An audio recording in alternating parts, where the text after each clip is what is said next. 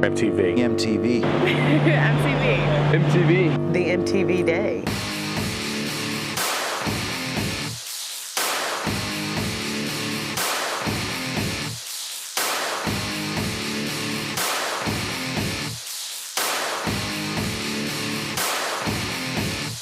It was the biggest party ever in our own backyard, remember? And in high school and in college, it was hard to concentrate when you knew MTV was right over the bridge filming bands.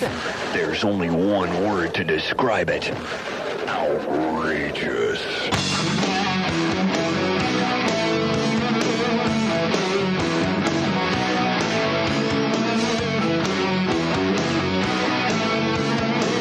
I skipped classes during high school to get onto MTV, yes. Having them here was what brought a lot of people here, not only because they were here, but because they hyped it up for 3 months on national television that this is where they were coming. I guess what it was just a big toga party for all intents and purposes. Saturday all the buses would let out, and then a mass exodus of kids out of these buses lining the streets from one end to the other, and you didn't see any sidewalk. All you saw were feet. And it was amazing how you could get the alcohol and stuff so easily. Nobody was checking who was coming in and out of the hotels. I mean, when I think about my fake ID, it looked nothing like me. Nothing. Copenhagen, I remember them being there, again, Playboy, the NFL.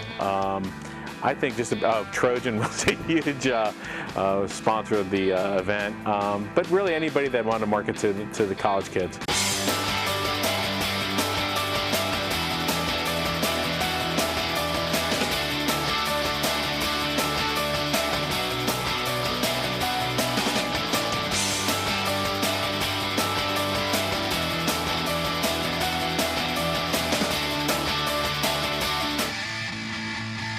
It really peaked out in 1988, 89, 90. I guess everybody keeps referring it to the great crush of kids of 89. It was out of control at that point. The negative part of it was just too intense for one period of time.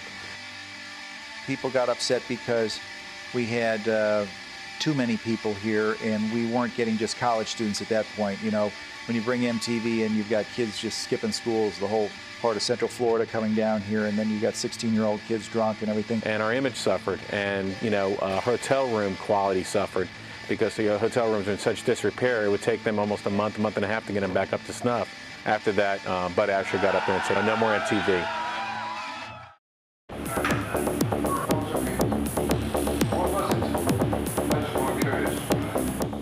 The spring break that we currently enjoy is milder, mellower. It's controllable. I think everybody enjoys this type of break a lot more. The patrons, the merchants, and the residents. So all in all, this is a much better product. I've got a couple thousand kids in town, tops. The college kid today is different than the college kid 20 years ago. The days of people coming down and 40 people on a bus with a keg of beer in the back and everybody drunk by the time they get here, that doesn't happen anymore. These kids are more sophisticated. They all have their own automobiles. They've got credit cards. They're upward moving.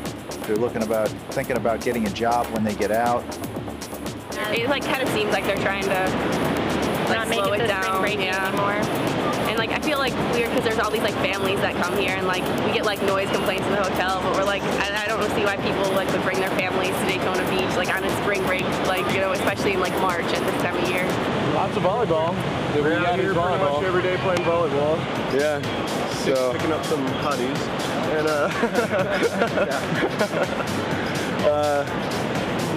they live right down there on the beach, and we've been riding bikes up and down. And we actually went to Orlando last night. Had a party at a friend's place over there. Yeah, so it was pretty fun.